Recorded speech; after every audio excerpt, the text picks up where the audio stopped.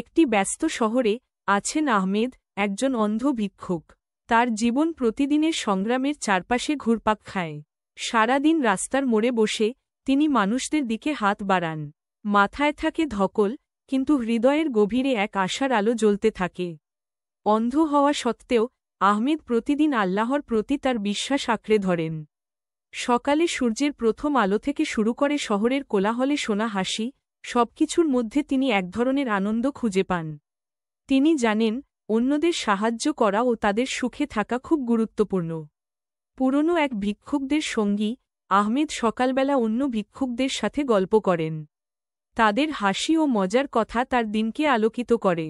আহমেদের মনে হয়, দরিদ্রতা কিংবা দৃষ্টি নেই বলে যে জীবনে সুখ নেই, তা আসলে ভুল ধারণা। সুতরাং প্রতিটি দিন তিনি নতুন আশা নিয়ে শুরু করেন, আল্লাহর উপর পূর্ণ আস্থা নিয়ে। একদিন আহমেদ তার ইউজুয়াল স্থানে বসে আছেন। হঠাৎ পাশের দুজন মানুষের কথা শোনেন। তারা বলছে, পাশেই এক ধনী ব্যবসায়ীর লুকানো ধন রয়েছে। বহু বছর আগে সে ধনটি সেখানেই মাটির নিচে রেখে গিয়েছিল। আহমেদের মনে আগুনের মতো আগ্রহ জেগে ওঠে। সে ভাবতে শুরু করে, যদি সত্যিই সে ধনটি খুঁজে পান, তবে জীবন কতটা বদলে যাবে। কল্পনায় এক নতুন দিগন্ত খুলে যায়। তবে বাস্তবতা তাকে সতর্ক করে দেয়। কিভাবে একজন অন্ধ ভিক্ষুক ওই ধন খুঁজবে?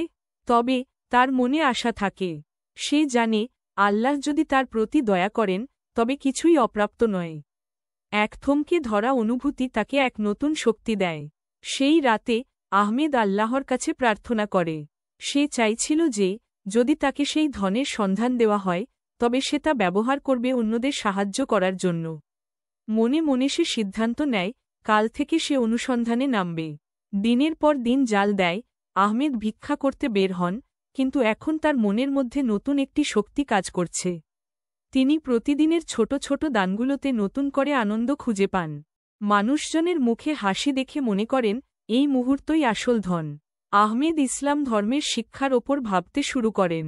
তিনি বুঝতে পারেন, ধন মানে শুধু টাকা বা মালামাল নয়। ধন হতে পারে ধৈর্য, কৃতজ্ঞতা এবং আল্লাহর পরিকল্পনার উপর বিশ্বাস। এই উপলব্ধিতে তার মনে শান্তি ছড়িয়ে পড়ে।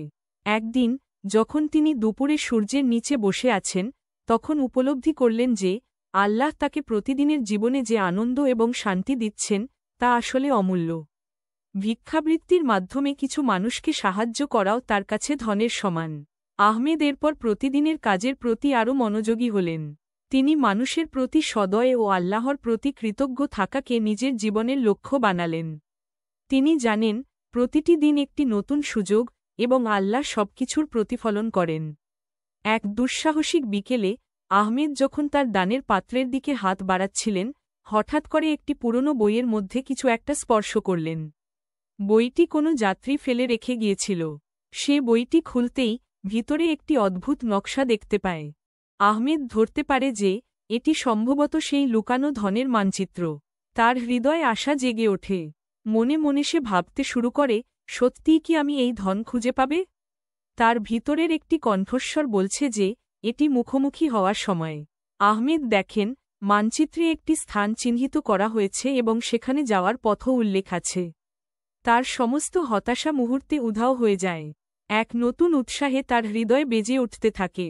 সে আল্লাহর কাছে প্রার্থনা করে, যাতে এই অনুসন্ধান সফল হয়। মনে মনে সে স্থির করে, আগামীকাল থেকেই সে অনুসন্ধানে বেরোবে। আল্লাহর সাথে তার বিশ্বাস এখন আরও শক্তিশালী হয়ে ওঠে। বাস্তবতার সাথে কল্পনার মেলবন্ধন ঘটে, আর আহমেদ অনুভব করে, জীবনের এক নতুন অধ্যায় এবার শুরু হতে চলেছে। আহমেদ সিদ্ধান্ত নেন যে, তিনি একা এই অভিযানে বেরোতে পারবেন না। তাই তিনি সাহায্যের জন্য সামির নামের এক সদয় যুবকের কাছে যান। সামির সাহায্য পেয়ে আহমেদ খুব খুশি হন। সামির চোখ দিয়ে সে যাত্রা শুরু করার জন্য প্রস্তুত হয়। মানচিত্র অনুযায়ী তারা প্রথমে শহরের বাইরে বেরিয়ে পড়ে। পথে অনেক কঠিন বাঁক ও খাদের সম্মুখীন হতে হয়। সামির নির্দেশে সঙ্গে সঙ্গে চলতে থাকে আহমেদ। মাঝে মাঝে আহমেদ সামির কাছে জানতে চান, এখন আমরা কোথায়? সামির বন্ধুত্বপূর্ণ কণ্ঠ স্বস্তি এনে দেয়। তবে কিছু স্থানীয় মানুষ তাদের উদ্দেশ্য নিয়ে সন্দেহ প্রকাশ করতে শুরু করেন। তারা হাসি ঠাট্টা করে বলতেন, এক অন্ধ ভিক্ষুক ধন খুঁজতে বের হয়েছে? এটা তো গা ছাড়া ভাব। এই কথাগুলি মুহূর্তের জন্য আহমেদের আত্মবিশ্বাসে খাঁটি ফাটল ধরায়, কিন্তু তিনি জানেন আল্লাহর ওপর বিশ্বাস কখনো ভঙ্গ হতে পারে না। সামির সাহসী কথায় আহমেদ নতুন উদ্যমে এগিয়ে চলেন, মনে মনে প্রার্থনা করেন আল্লাহ যেন তাদের পথপ্রদর্শক হন। আহমেদ এবং সামির যখন মানচিত্রে চিহ্নিত স্থানে পৌঁছান, তখন উত্তেজনার সঙ্গে তারা মাটি খোঁড়াতে শুরু করেন। কিন্তু কিছুক্ষণ পর মাটিতে কোনো সংকেত খুঁজে পাচ্ছেন না।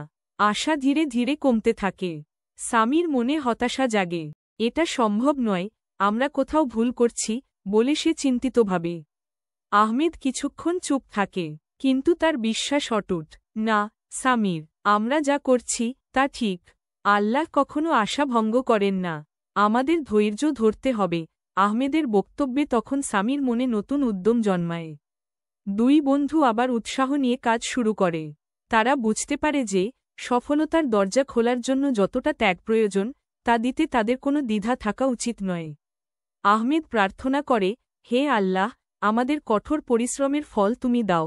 বিশ্বাস ও সহযোগিতায় তারা আবার মাটি খুঁড়তে শুরু করে।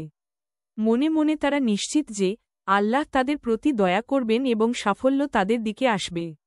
ঘণ্টা ঘণ্টা খোঁড়ার পর হঠাৎ করে আহমেদের হাত একটি শক্ত পাত্র স্পর্শ করে। উত্তেজনায় তার হৃদয় জেগে ওঠে। সামির, কিছু আছে বলে সে চিৎকার করে। সামির দ্রুত এসে দেখে এটি একটি পুরাতন বাক্স।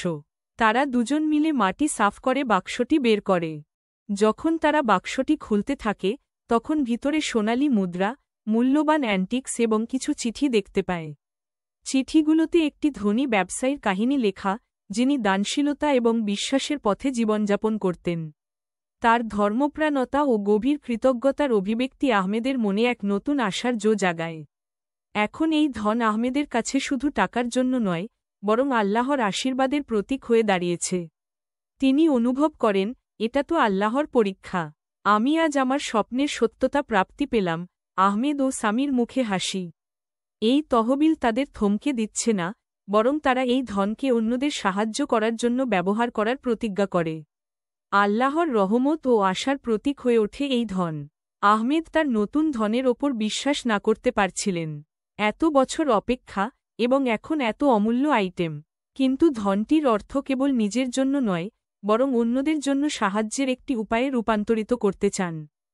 তিনি স্থির করেন, এই ধনকে ব্যবহার করে তিনি একটি ছোট চ্যারিটি খুলবেন যা তার কমিউনিটির গরিব ও অন্ধদের সাহায্য করবে। তার মনে হয়, সঠিক পথে প্রবাহিত করা হয় না শুধু ধনরাশি, বরং আল্লাহর দেওয়া অন্যদের প্রতি সদয় হতে পারা। আহমেদ প্রতিদিনের সেই ছোট ছোট দানগুলির প্রতি কৃতজ্ঞতা অনুভব করেন যা তিনি আগে পেতেন। এখন তিনি আরও গর্বিত যে সেই সাহায্য দ্বিগুণ হতে চলেছে। অন্যদের মুখে হাসি ফোটাতে পারাটা তার কাছে এখন সত্যিকারের ধন। তিনি জানেন আল্লাহ তার এই প্রচেষ্টাকে আশীর্বাদ করবেন। তাই খুব শিগগিরই তিনি তার উদ্যোগ শুরু করেন। আহমেদের হৃদয়ে এক নতুন সৌন্দর্য স্পষ্ট হয়ে ওঠে, একটি জীবন যা অন্যদের জন্য উৎসর্গিত। আহমেদ এখন তার লক্ষ্যে পৌঁছেছে। ধন খুঁজে পাওয়ার পর তিনি তার জীবনযাত্রা নিয়ে চিন্তা করতে বসেন। কিভাবে একটি ছোট্ট স্বপ্ন তাকে এই অবিশ্বাস্য পুরস্কার এনে দিয়েছে। কঠিন সময়ে ধৈর্য এবং বিশ্বাসই তাকে এগিয়ে নিয়ে এসেছে। তিনি ভাবেন, কতিপয় সদয় মানুষের সহযোগিতা ছাড়া তার পথ চলা কঠিন হতো। তাদের পাশে দাঁড়িয়ে তাকে সাহস জুগিয়েছিল, আর তাদের জন্যই আজ তিনি এই অবস্থায় পৌঁছেছেন। আহমেদ উপলব্ধি করেন যে সত্যিকার ধন কেবল সোনালী মুদ্রায় সীমাবদ্ধ নয়, এটি মানুষের হৃদয় তৈরি করার শক্তিতে নিহিত। তার চ্যারিটি, যে তিনি গরিব ও অন্ধদের সাহায্য করেন, সেটি তাকে সত্যিকার অর্থে পূর্ণতা দিচ্ছে। আহমেদ আল্লাহর প্রতি কৃতজ্ঞতা জ্ঞাপন করেন। তিনি প্রার্থনা করেন, হে আল্লাহ, তুমি আমাকে যেসব আশীর্বাদ দিয়েছ তার জন্য আমি চিরকাল কৃতজ্ঞ। তুমি দেখিয়েছ যে প্রতিটি সংগ্রামে ঘটে আসার কথা। এখন তার হৃদয় এক নতুন দৃষ্টিভঙ্গি। জীবনের সঠিক অর্থ খুঁজে পাওয়া যেন একটি নতুন অধ্যায়ের সূচনা।